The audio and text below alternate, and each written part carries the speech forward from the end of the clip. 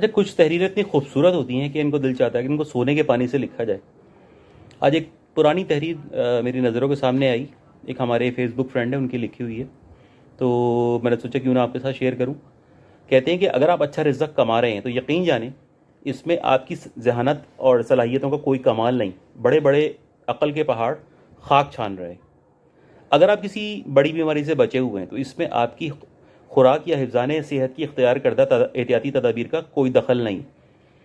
ایسے بہت سے انسانوں سے قبرستان بھرے ہوئے ہیں جو سوائے منرل واٹر کے کوئی پانی نہیں پیتے تھے، مگر پھر اچانک انہیں برین ٹیومر، بلڈ کینسر یا ہیپاٹائٹس سی تشخیص ہوئی اور وہ چند دنوں میں یا چند لمحوں میں ہی دنیا سے کوچ کر گئے.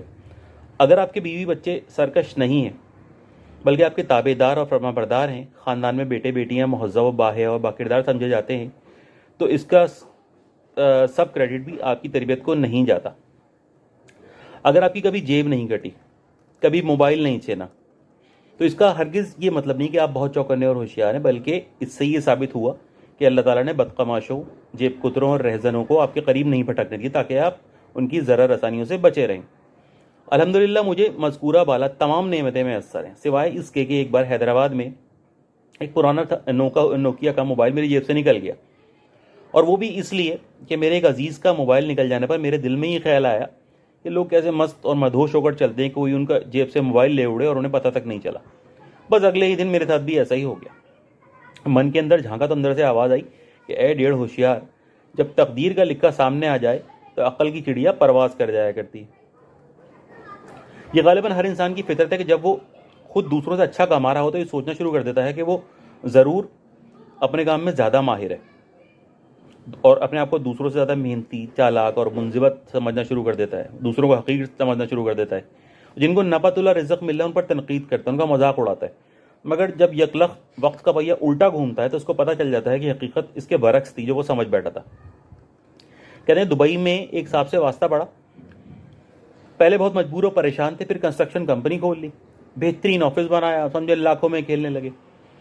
ملاقات کے لیے گیا تو ایک مشترکہ دوست کے بارے میں نے پوچھا جو بیچارے بڑے مفلوق الحال رہا کرتے تھے. تو کہنے لگے کہ وہ تو بڑے کم عقل انسان ہیں، ساری زندگی یوں ہی ایسے میں گزار دی، یہ کام کر لیتے یا وہ کام کر لیتے وغیرہ وغیرہ.